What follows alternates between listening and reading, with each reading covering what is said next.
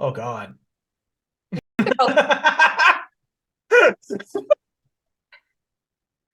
Just a couple of silly friends talking about serious stuff.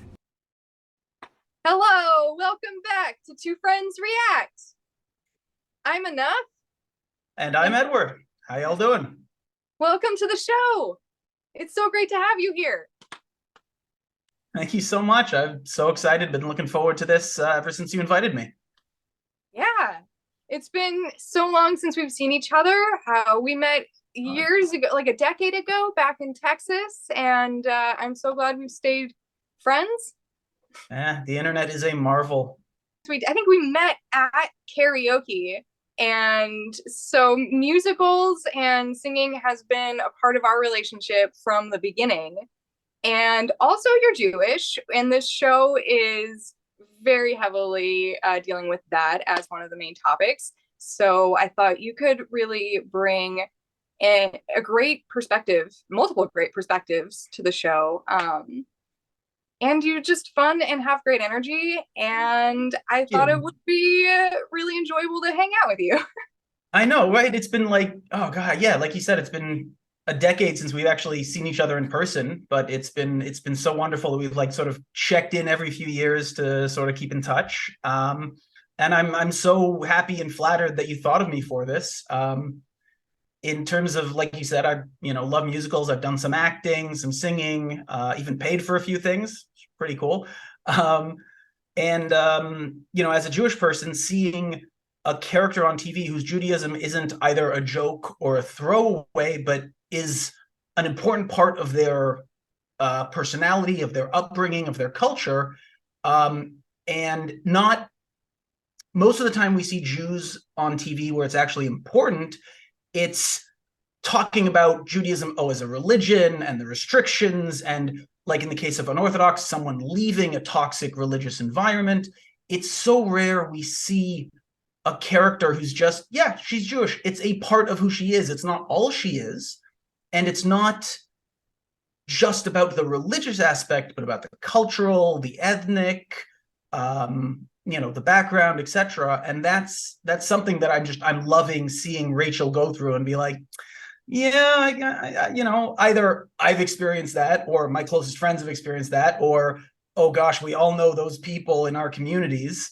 And yeah, there's some like stereotyping here and there, but in the way that a TV show does to give you the broad strokes. I never found it offensive. I never found it like, oh, Jews are bad. It's just, no, this is their culture. That's part of it. And I really like that aspect of the show. Yeah. And I also appreciate how when it does get more stereotypical, the show often calls it out as sort of her feeling defensive about those stereotypes and sort of trying to like work against them and subvert them. And I think that that's a really interesting play too. Yeah. I also love that they, like, for example, in the rap battle, the Jap rap battle, I absolutely love that because they sort of owned the term Jap, Jewish American Princess, which is sometimes thrown around somewhat derogatorily. Sometimes, it's just kind of accepted. And the way they used a lot of Yiddish words, a lot of words you'll only hear, in the Jewish community, and didn't bother necessarily explaining all of them. I was just like, it was fun for me to kind of be in on the joke for once that maybe not everyone got, and that's not something I get very often. Yeah, no, I think they've handled it very well, and I'm looking forward. I haven't watched season 2 yet, and I'm really looking forward to see what they do in season 2 with that. Yeah. Oh, so that's something we probably should have mentioned up front. Ed has seen season 1, but has not yet watched any of the rest of Crazy Ex-Girlfriend. So we have another first-time viewer here with us. So for those, just joining, yeah, season 1 ended on an oh my moment. Do you want to talk about a little bit like our impressions of season 1, or just kind of get into it? Yeah. So what did you think of season 1? Well, first of all, the show is not quite like anything I've seen before. There aren't a lot of musical shows out there. There are a few. I'm a big fan of Galavant. That's a lot of fun for those, if anyone has seen it. Well, you look like the main character. I've been told, especially when I was younger, like when the show first came out, Joshua Sass and I are 6 months apart in age, and I was using a picture of him from the show as a profile picture, and people are like, "Hey, cool cosplay," because they just assumed it was me. But yeah, there's not a lot of musical shows out there that aren't cartoons, and the music is great. The performers, for the most part, are all fantastic, and they do a really good job of sort of using the performers in a way that fits their vocal ranges, their performance styles, their character. So the musical aspect's been a lot of fun. I'm sure it's been talked about a lot. The portrayal of mental health issues is very, it's still TV, so it is over exaggerated at times, but it's still very real. Like these are things that, issues that people have. And obviously I could say I can't think of a single character in the show who doesn't need therapy of some kind. I don't know. Why Joe is pretty good. He seems pretty well adjusted, and Daryl is surprisingly well adjusted, though he has some things to figure out. He's sort of figuring himself out. He has some unexamined biases. But yes, why Joe is sort of the person who comes to mind when you think who in this doesn't need therapy. Yeah, maybe Heather. Like she's got her issues and has like needs to work on communication and some things like that. But by and large, she's pretty cool. Yeah. But yeah, I mean, I could go through each and every character, my thoughts on them, but that'll sort of come as we watch season 2 together. And so many themes sort of come up again and again. It's not like what's one thing I like about it is it's not episodic. It's serial. That's the whole point. But they don't just like deal with an issue and then it's gone. Like it sort of feels like at a couple times like, oh, Rachel's finally figured it out. No, not so much. And that's also how mental health issues and just dealing, not even necessarily mental health, but being a human being dealing with life happens. It's not a linear progression. There's you get better, you dip down a bit, you get better, you dip down a bit, you make the same mistakes. And for someone like Rachel in the first season, who isn't really actively seeking help, like, yeah, she goes to the psychiatrist or the psychologist, and she agrees to see her after being forced to or being charged with breaking and entering. So it's not like, she's seeking out help. And then you've got someone like Paula who's constantly enabling and like, yeah, she's getting better, but then not. But then you realize that it's a lot worse than you thought it was. That was a major like, oh my moment for me when she sort of reveals how she's been playing behind the scenes. Like that you didn't ask for. Yeah. That song though, wow. Woo! So good. So good. There's just so much. And obviously the way season 1 ended, it's like finally like, oh, she and Greg, right? The way season 1 ended, like, oh, she and Greg are finally like getting together, which isn't necessarily the healthiest thing, because the whole thing is like Or Josh. No, toward the end, she and Greg have gotten together and are figuring things out. And Greg needs to get over himself, basically deal with his commitment issues, with his inability to take things seriously, or it's his defense mechanism, basically. And he has to work past that. And he finally is about to. And like, yes, after she sort of decides she doesn't want to be with Josh a few episodes before the end, and then you're hoping like, oh, she finally realizes she's got to work on herself. And she's with Greg. So close. And then, but you know what? Okay, she's working things through with Greg. They're talking things through. She's expressing her needs. He's starting to get it and work on, and she's with Josh. Oh man. The way that ended, and Josh's face at the very end when she's like, oh, we're finally together. And I don't remember the exact words, but oh, that one, his face, it was like, and narrator, Josh realized he's made a mistake. Just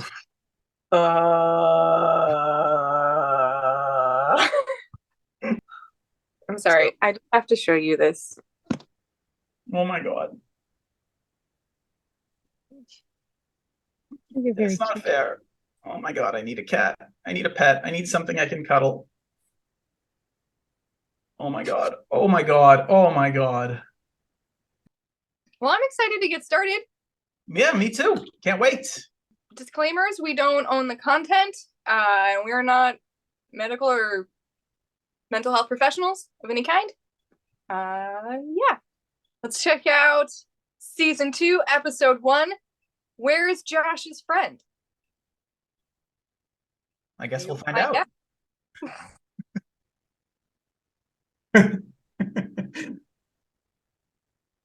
Yeah, his face says everything.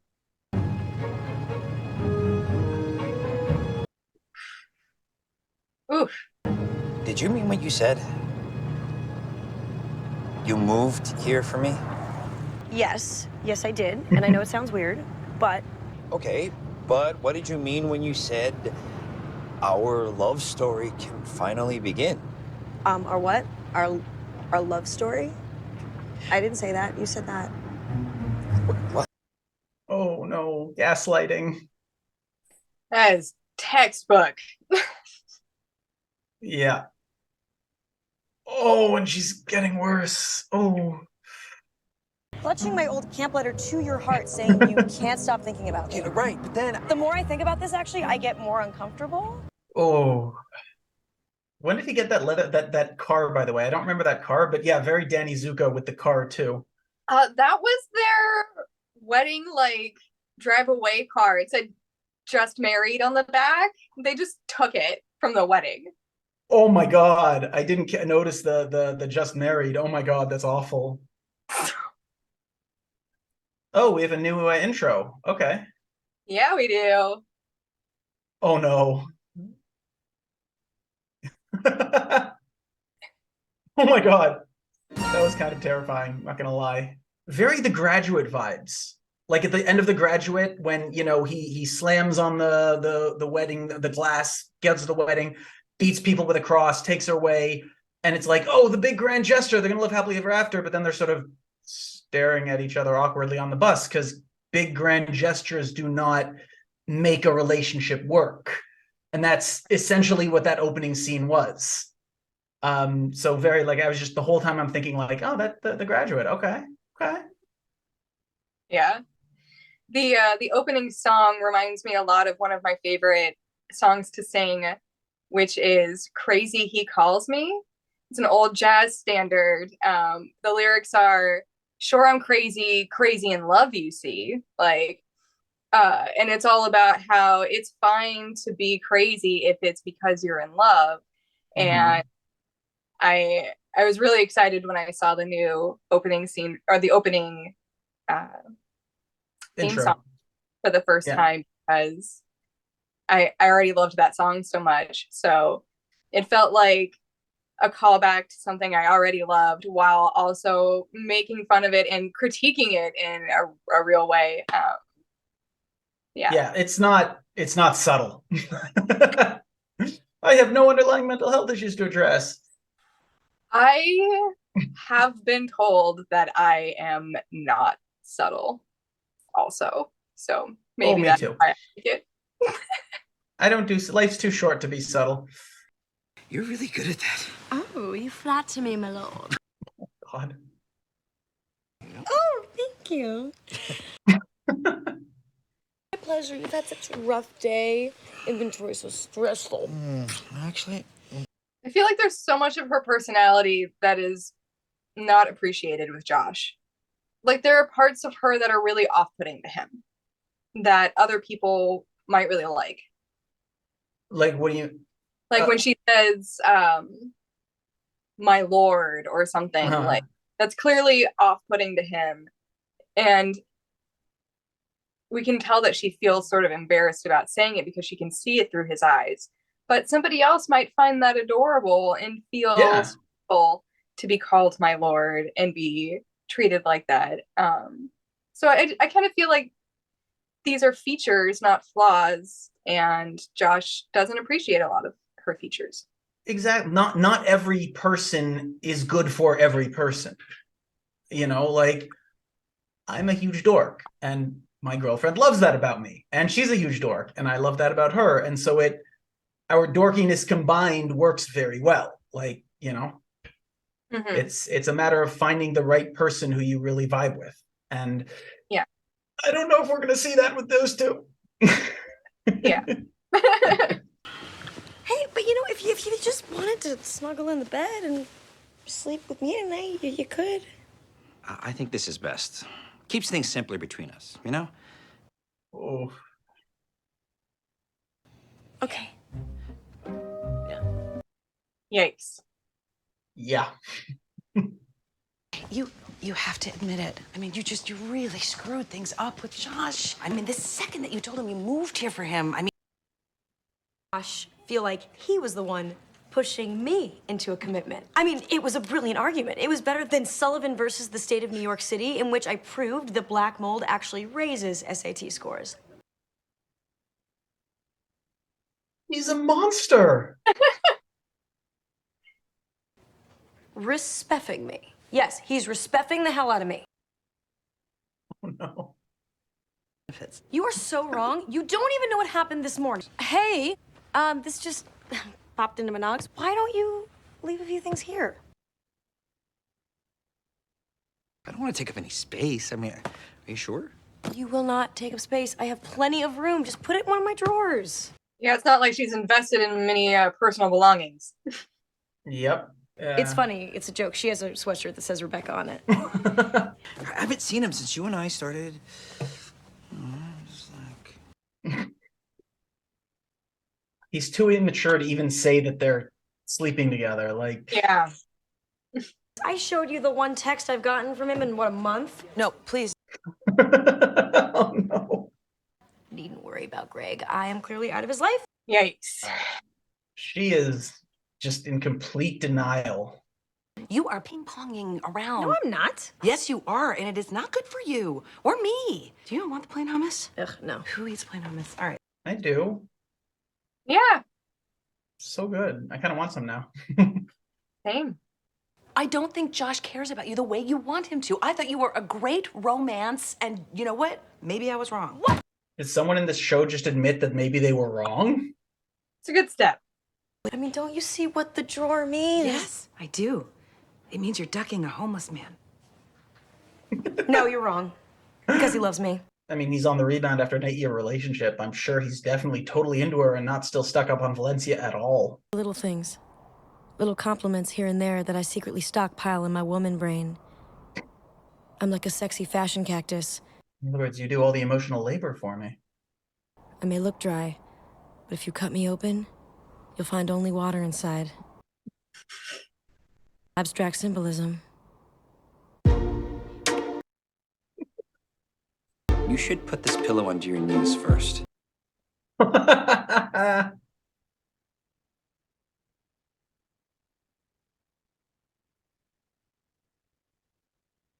It's a 3 a.m. subtext. But he's known his friend since he was like 5, so that's saying a lot. Okay, rude. Like a hamster in a cage. Slurp, slurp.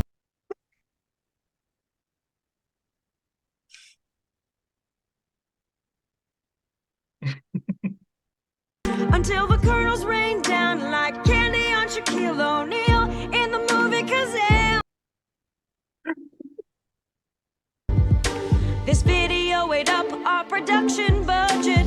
Daryl is now played by a broom on a stand. Why does it look so much like him? Oh, I didn't even notice a difference. Was something different about Daryl? I love the slurp slurp. It gets me every time. The hamster hat was very cute. I mean, I feel like that song didn't show us anything new about her because she's always been reading into every little thing Josh does, like all through season 1.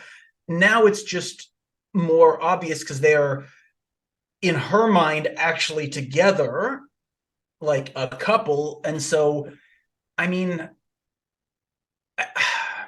Josh is not blameless here because he's taking advantage of her feelings for him and he's got his own issues, but he's sort of taking her at face value in a way which I can't get too mad at someone for doing because he's also kind of oblivious. But like, it's so self-inflicted here with her. Like, she has all the power to be like, okay, he's not really feeling like this. Okay, we need some space because it's her home. And she's not doing anything for that. And it's like, just like, yeah, painful to watch. Yeah, I think that this song might represent, since we're seeing things through her perspective, maybe her coming to understand, maybe a little more self-awareness around how she's reading into things too much. So this might be her forming that self-awareness for the first time. Is sort of how I read it. Sort of like the first stage of grief in a way, like, you know, it feels like denial, like, yeah, every little thing does matter, but it's sort of like, but does it? And she kind of knows, but Right, whereas in the first season she was just doing the things. Now we see her actually thinking about them and putting that into words, and acting it out in a scene. So that's much more aware of what's happening than her just behaving like she was in the first season. like she's still clearly not anywhere close to understanding, but yeah, there is a weird sort of beginning of self-awareness. And he's sleeping on her couch. You mean the one she sold for $35 to a stranger who defiled it with his seed? Yes. And ironically, it's a pullout. I am trying to wean myself off of the Rebecca madness. You're doing great. No, I'm Is not. she, It's though? like I need a harness. Okay. Oh, by the way, that came in the mail today. Oh, Oh, they're experimenting. I like it. I mean, stuff is weird with this girl. She was just with Greg. Yeah, but that's over. Does he know that? Not yet. Wait, what? I guess, yeah, she hasn't told Greg. Oh He has boy. a for. He just bailed. Yeah. No, I don't live with my mom. I live with my best friend. Yeah.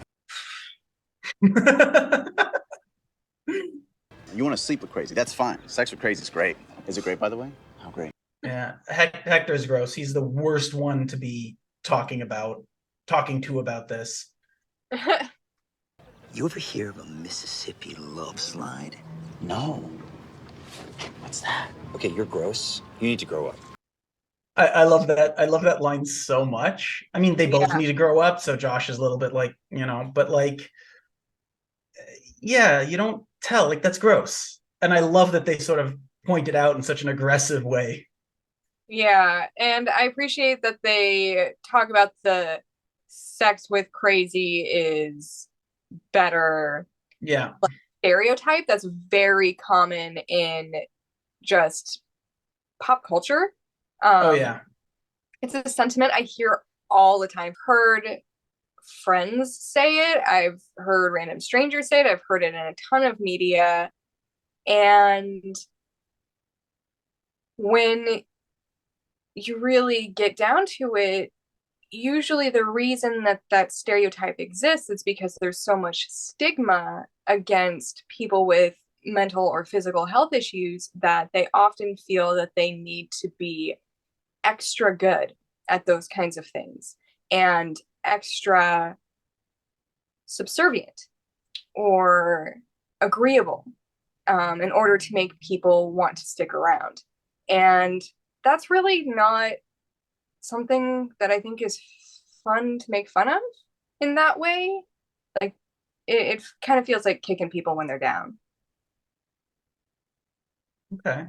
I always took it as more of a focus on the sexist aspect of it, because you never hear anyone say that a crazy man is better in bed. You hear about abusive men who are better in bed, but never about crazy men who are better in bed. So I always took that as more like, the misogynistic, like in the same way that someone will say, oh, my ex was crazy. Why? Because she expected you to actually like contribute around the house and got angry when you didn't. Like it's the whole, that's sort of what they talk about, like crazy ex-girlfriend. That's sexist. Like, yeah, it is. That's the whole, for me, that's what I took from it more, was that yes, in Rebecca's case, she does actually have mental health issues, but the whole, crazy eyes, and the most famous one that you see on the internet all the time is the How I Met Your Mother, the graph where you want to keep like hot, crazy, you want to stay on that line. I have not seen that. It's a very disgusting line from that show, which is pretty gross. But specifically, Barney's talking about a graph where it's, crazy hot, and you want to stay underneath the crazy hot line. Like the hotter they get, the more crazy you'll put up with, and you want to stay on that line or below so that you get plenty hot, but you don't deal with the crazy. This right? is the ableism that I'm talking about. Yeah. Exactly, the ableism that makes people feel like they have to be sex toys in order to be loved, in order to be in a relationship. And yes, it is gendered. I'm with you there. And I think that Trent is a really great foil for that in the show, where he's Trent, which one's Trent? Boyfriend.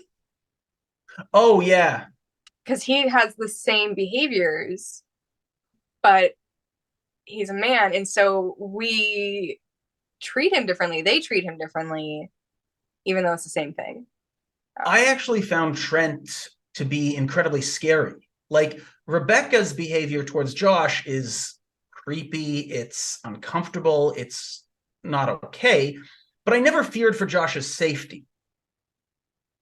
But with Trent, I feared for Rebecca's safety. And like, I, not really because I know the show, but like, it's a show, I should say, but I would have feared for someone in that situation.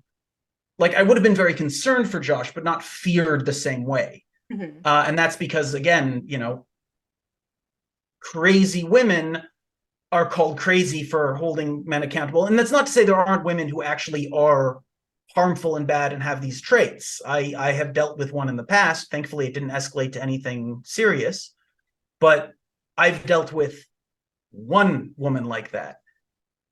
I feel like most women I know from the stories they've told me have dealt with that a lot more than just once. And so just, that's why the whole, like, the crazy being good at sex thing, for me, it's more, it's less about the person having to prove it the way you were talking about, though I've never thought about it in that way, and I love that perspective. I've always thought about it in the whole, we call her crazy because she dares to speak up for her needs. And also it's a way to sort of, not, for a lot of men to not take responsibility for their actions. Like, oh, why did she get so angry? She's just crazy, man. I didn't do anything wrong. I think that I can see where things are getting complicated, because that is definitely a real factor that happens. I think that a lot of the time, women's behavior and people's behavior in general, especially when mental health is involved, is blown out of proportion by other parties. But I think that this show is also trying to give the perspective of, okay, so in the scenario where somebody is acting genuinely, I don't like the word crazy, but has like real mental health problems and is acting in a way that is not healthy, what is that like from her perspective? Like, what is that story like? Because that does exist. I don't know. I might be going, sometimes I can go off the rails and ramble a little bit. Always feel free to like rein me back in. No, you've got me thinking, actually. I don't know how deep we should delve into this, because it's a whole separate thing, but you've got me thinking very much about, like you're saying, it's the crazy person from her perspective. Usually when we see a crazy woman in media, it's like in a rom-com, for example, it's the other woman. it's the woman that the guy, the hero, the guy doesn't wind up with at the end, who he winds up with the stable, good, healthy, who, let's be honest, can always do better than the schlub that she winds up with. But that's a separate discussion of sexism in media. But the big issue, what you sort of made me sort of think about that I didn't think about before was, yeah, this is this is the perspective of the crazy girl that the guy has to avoid and realize isn't good for him, etc. And she's not crazy. She's a human being with needs and emotions and feelings who has untreated mental health issues, and that's the whole point of the show. So yeah, I never really thought about it. Like, this is a perspective that we've never seen portrayed in media, or at least rarely. And I was so focused on the sexist aspect, of which it very much is a part of it, but there's so much more to it with the mental health aspect of it, and I really like that. I really like that. So thank you for sort of, yeah. But yeah, I just love that line. Like, that's gross. That's great. I love that. I know, it's a lot. Okay, let me give you the grand tour. Okay, so over here, USB, and this is a personal safe. Oh my God, a personal safe? That's so considerate. I mean, it's considerate, but also kind of too much. Mm-hmm. Absolutely too much. She made a whole song for it. Mm. Yeah, it's great when it's matched with enthusiasm on the other side. Every drawer. In fact, this drawer is gonna be maple leaf rag. Oh no. See, like, he's not somebody who appreciates these kinds of references. I'm waiting for someone with smaller boobs to show up so I can give them all my old bras. Or the songs, or... Would just a drawer have this?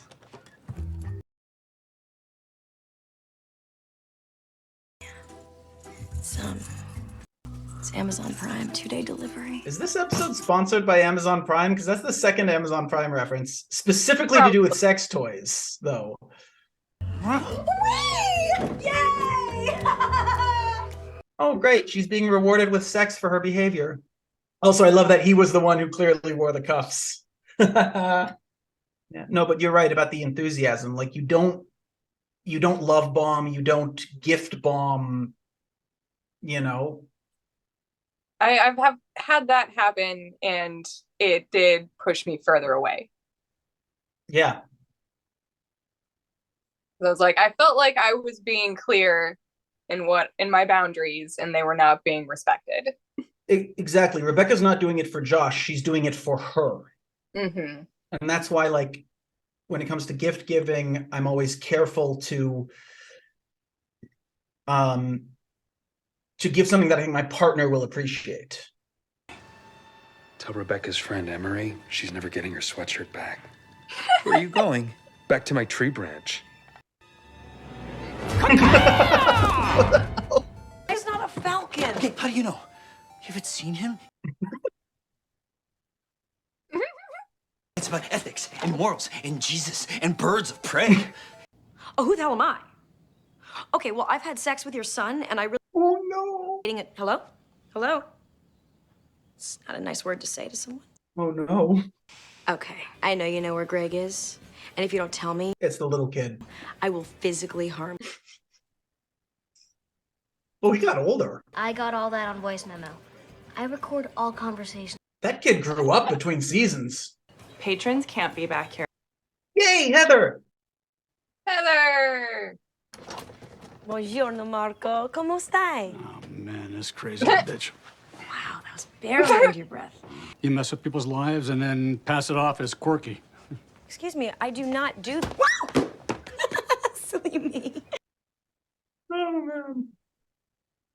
For those that don't know, that is playing off of the romantic comedy trope of having the woman lead be quirky because she's clumsy. Like that's what makes her realistic. Ah, that is very specific, but yeah, you're right. That is in every. I think Meg Ryan might have been like the most. Not her fault. It was the way she was written, but like her characters might have been like the worst offenders. Leading ladies who are otherwise perfect and beautiful and blah blah blah, but they're clumsy. Right. That's their relatable flaw. That's what makes them like everyone else. Yeah. Even having the little tee-hee silly me, like, oof. Maybe he needs a little break from you and your woo woo woo. I do like the dad. He's a good actor, yeah. He's entertaining. I also like the way he's portrayed. Like, yeah, he's got his issues here and there, but overall, he's a decent guy who cares about his son. Thanks for covering for me, Dad. Oh, hey, look, anything. There he is. Aww. I'm not crying because I have daddy issues. You're crying because I have daddy. I mean, you have. I mean, what? The safe is under the desk. The code is 2738.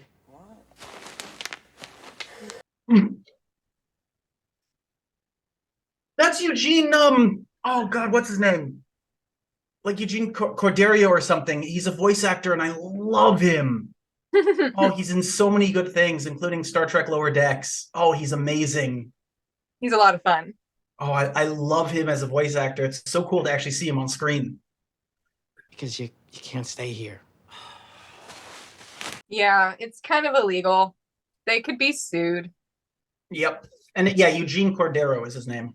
That's it. Please, please, please, please. You're so good at this stuff. You're so good at it. It would be so easy for you. Oh. Is your foot on my crotch? I'm sorry. I forgot what I was trying to do here. Oh. Leave. I've got a little something for you. Oh, Boom. that's great. It'll make things easier.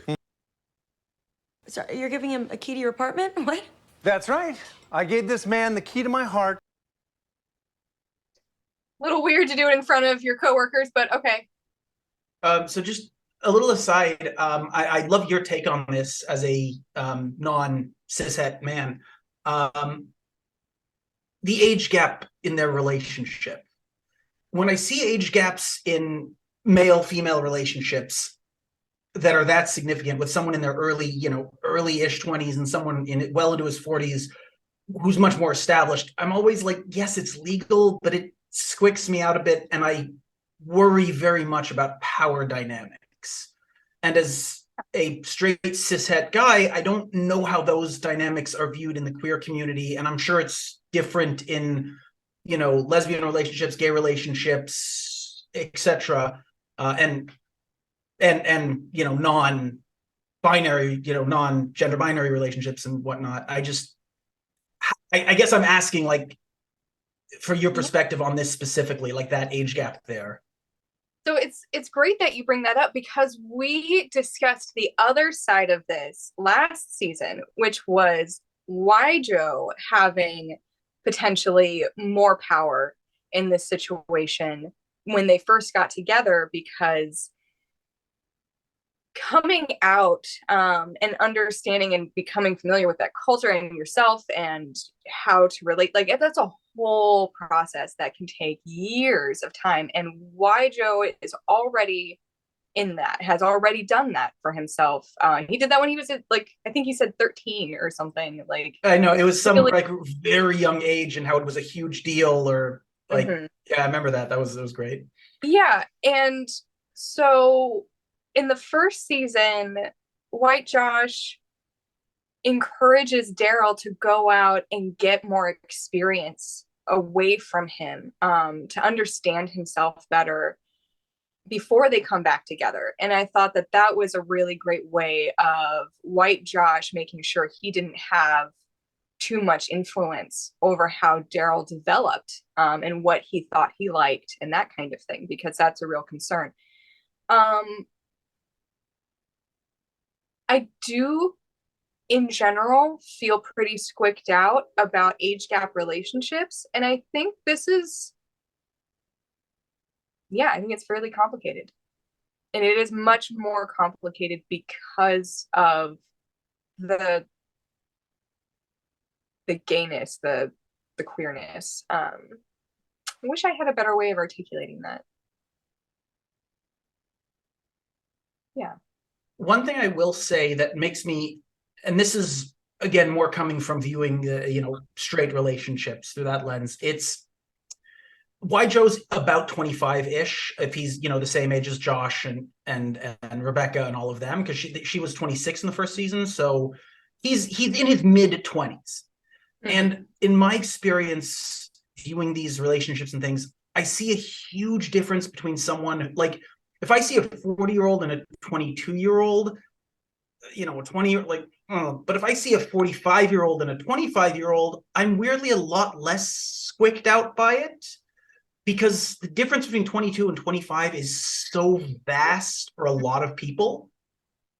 So that's why, like, it popped into my head a few times, but like you said, like, Josh very much was like in charge, and he's also even sort of pointed out a couple of times where, like, when they went to a really fancy restaurant and he's like, this isn't what I want, and this is like not normal, and not like but he did it in a very gentle, kind way, because like you said, right.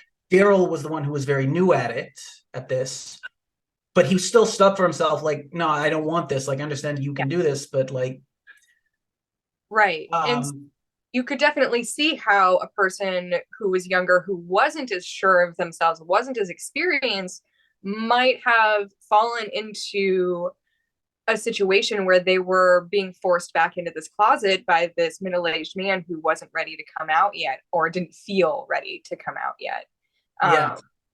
And I think they gave us a good example of how not to do that. But yeah, I think it is good to point out that that's a real concern.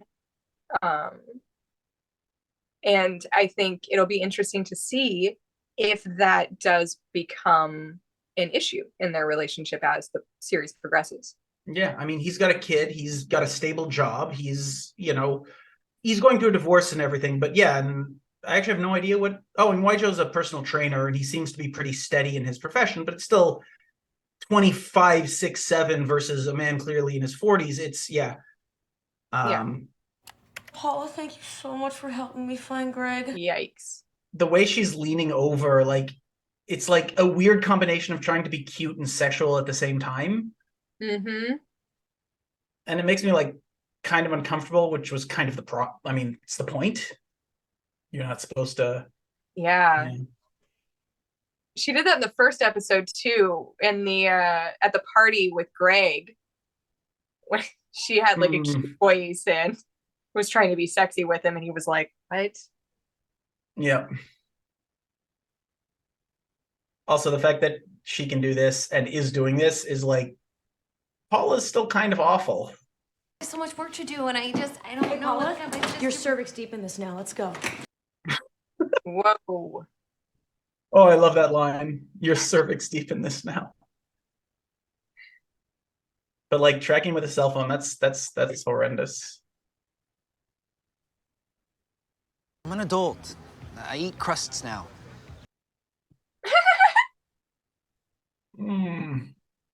At least we know why Josh is still, well, we're getting glimpses into why he's still a little bit of a kid in some ways, because like his mom was really infantilizing him, and that's not great. Yeah. Hey. But yep. Greg's not an alcoholic. Yes, the classic Serrano pass out. Oh. Yeah, I call that one. Yeah. Am I that oblivious that I missed that? Like, I knew he drank, but I guess, you know what? We never saw him alone. And one of the hallmarks of an alcoholic is they drink alone a lot. So I guess because we only ever saw him with people when he was also not in the best mental state, I sort of didn't file it that he was coping with alcohol. He's a guy in his 20s who's social and drinks when he's social. But yeah, well, that's a pattern. When I was an alcoholic, what I did, I was also an extrovert. So I just made sure all of my social activities were places where I could drink, like karaoke. Yeah. Okay. I would actively avoid any event where I couldn't drink. Okay. Yeah, no, I did not catch that. And I like, usually I'm like, okay, show, you don't need to show me like the things. Yeah, I saw the show, I know, but no, that was an excellent use of like quick flashback montage. And Wow. I think it serves to show how used to drinking we are, and abusive drinking, how common it is that we often, that, and by we I mean like the general audience watches this and often doesn't notice it. Like, Oh yeah. I certainly recognized in him somebody who had a drinking problem like I did, but I was still actively drinking regularly when I started watching this show and connected with his character. And I don't think really fully recognized it until this scene. And it was like, okay, shit. I'd love to hear, like, if there's any viewers, if you want to comment, like, I wonder if anyone else had sort of a moment of like, oh, I know someone like that, or oh, I should maybe talk to someone about that. I'm not asking anyone to out their own personal, but like, for me, like, again, this moment is like, oh yeah, no, I know people like that, come to think of it. And like, and mostly I know it's after the fact, like they are dealing and working and doing a wonderful job with their own alcoholism or other issues that they've dealt with, or other addictions. But this was really well done. Like, give the show a lot of credit here. Like, the signs were there, but if you weren't looking for it, you wouldn't necessarily catch it. But now you realize, yeah, okay. And it's also done in such a way that it's not judgmental. It's very much like, he's a guy who needs help and he's getting help. And I wonder, if other people had this sort of moment like I did, the like, oh my moment, Yeah. Yeah. And I grew up in a family that had immigrated from Ireland and like really wanted to feel connected with their Irish heritage here in the United States. And one of the ways that they did that was heavily promoting alcohol, and a very similar culture of, you do not leave alcohol, like you have to finish it. And I mean, that I think I was drinking regularly by the age of 14. So wow. It was like, I just didn't notice it after a while. It was normal. It's interesting you bring up your Irish heritage. Someone with Jewish heritage, who's grew up very Jewish. Alcohol was an extremely common thing. We, first of all, growing up, also in a upper sort of upper middle class upbringing, where most of the people in my community, if they weren't that, they at least presented that way. I grew up religious in a religious Jewish community in Texas, and it was just, on Saturday on the Sabbath at synagogue, after services, they would have like it's called a kiddush, like a kiddush, and I don't know what the English, but like a little bit of a spread afterwards, with there'd be some like real food, some cakes, some snacks, some drinks, and booze, and schnapps, alcohol, different, usually it was always like hard alcohol, like whiskey and stuff. But at least in the community I was in Texas, people didn't abuse it for the most part. Obviously, you always had some, but most of the time, people drank socially. It wasn't a huge thing that people were like drinking with every meal. Like wine with every meal is not that common in religious Judaism, at least. So a lot of people would only drink on the Sabbath, at Sabbath meals, and at special occasions. If you were out with friends, you might have, but like, the bar culture isn't something you see as much in religious Judaism, partly to do with kosher, because bars don't serve kosher food outside of like New York and Israel.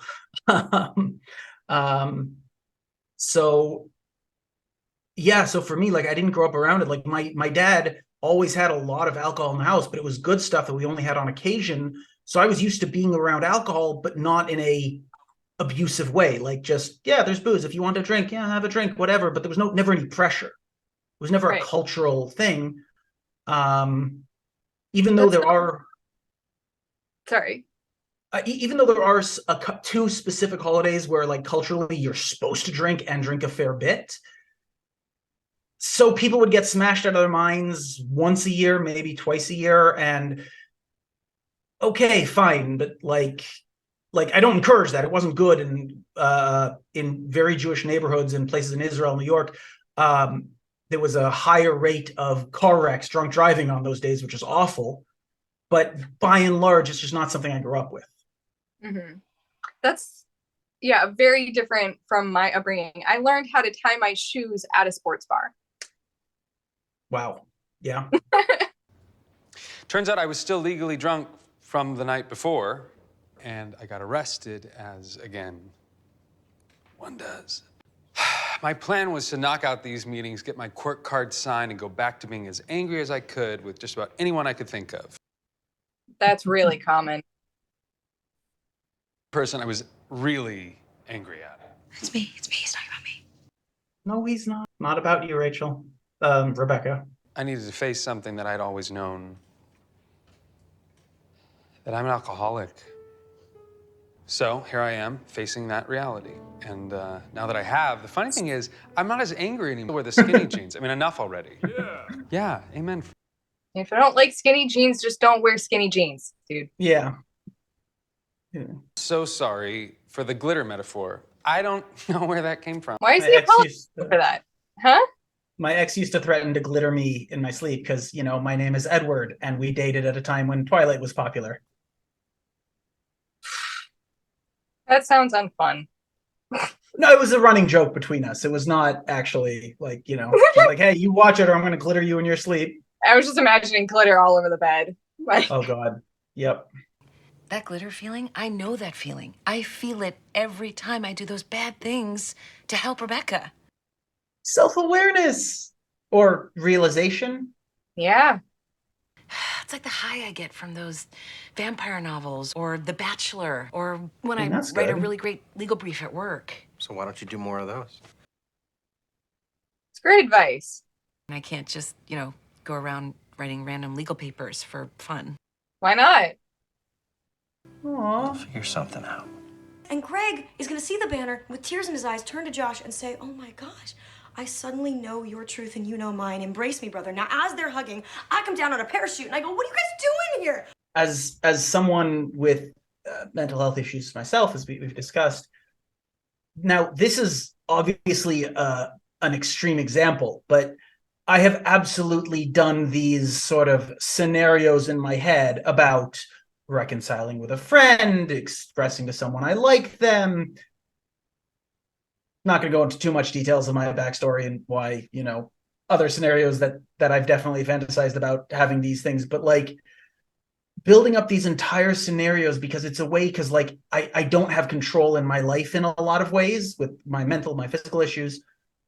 So I craft these scenarios where I'm in complete control and everyone else behaves exactly as I want them to behave. And that's exactly what she's doing. Now, it's an absolutely absurd scenario, but it highlights what I and so many others that I've spoken to with these issues, what we do. And what's important is I'm never going to stop doing that. My brain won't let me, but it's important to acknowledge that, okay, I'm having a fantasy now. I'm going to indulge in that fantasy and then actually move on and figure out what I want to do about the actual issue. And yeah. I was just going to say, thank you for sharing that. Oh, very welcome. My brain does something different. So it's interesting to hear that explanation. I appreciate that insight. My brain, I think because of some of the abuse that I went through as a kid, what it does is it spins out every possible scenario and then tries to figure out a plan for every one of them. And then sometimes it'll pick the most likely or the most impactful and then rehearse those over and over and over again. It's not the healthiest thing. No, I wonder if it comes from the same sort of the need to have some control. my way manifests as I'm going to craft the scenario as I want it. Yours manifests as what are the different ways, how can I deal with each of them, and then picking the ones that work for you in a way. Right. Because the people that I was dealing with were very unpredictable. So I had to be ready for whatever was coming my way. Okay. Interesting. And now my brain just does it. It's, I mean, I could go on a huge tangent, but in, very brief, it's the coping mechanisms we develop, the defense mechanisms we develop as kids are adults are necessary for our survival. But once we don't actively need them on a daily basis, they're there. So one of the things that therapy, that introspection, that growth is about is realizing why those were necessary, not looking at them as bad things, but recognizing they're no longer needed and what's a better way to do it now. Mm-hmm. Yeah. I've been trying to rehearse things less. Trying hard. I mean, yeah. It's not easy, for sure. You're undoing massive mental neural pathways. Yeah. I've given this a lot of thought, and I have made a decision. I can give advice, and I can listen, but I cannot do any more immoral or illegal things. No more schemes. It is not good for me. Oh, yay, Paula! Okay. Okay, I just need you to sign something. Mrs. H? Oh, hello. I love her. I love her. Is just a simple contract laying out the... Oh, she wrote a brief. Do you not trust me? Honey, of course I trust you. I don't trust myself. That's how addiction works. Because in this case, like going cold turkey would be ending her friendship with her, which she's not ready to do. I'm glad Rebecca is supporting her. Yeah. I'm waiting to see how it blows up, though. Just because knowing Rebecca and Paula. Well, it's certainly a good, story element of suspense hanging there. Oh, for sure. Sounds great. Doing the right thing. Is Hector younger, or they're all the same age? He just looks younger and... Oh, God.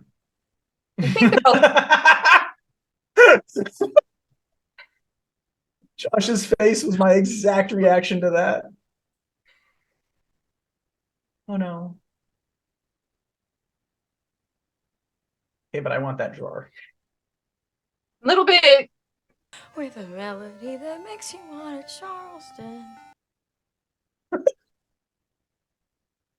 I've never seen a sad Charleston. And yet it seems so perfect. I think you were right about the Greg thing. It's just I have this intuition that he's not in a good place right now.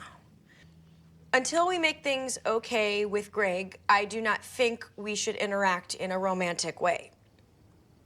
Oh, God, I am so glad I came over and we are on the same page. I mean, this is the best I felt in a long time. Yeah, I'm glad that we're practicing. Is that what this is? They're about to have sex. Yeah. Yeah. Yeah. Yep. We should definitely not have sex right now.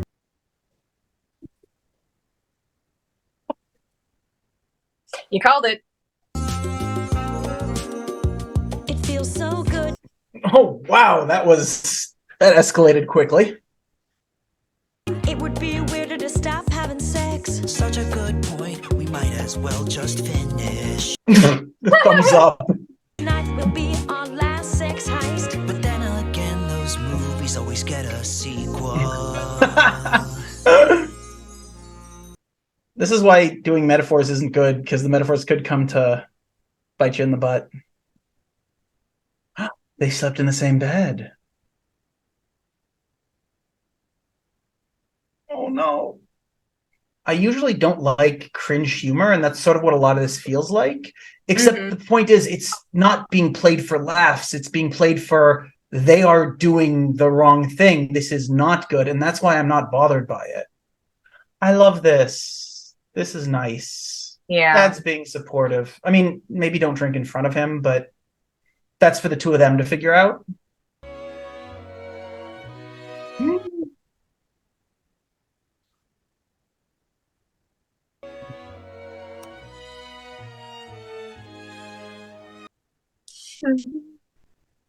Oh no.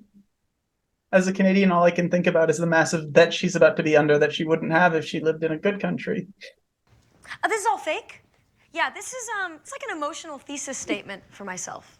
But that can't be true. I have feelings. I have memories. No, you don't. I created you and I can destroy you. Okay, let's run it again. Do I exist?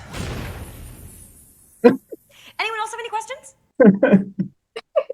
Debrief, decompress. Yeah, so that was the first episode of the second season. Yes.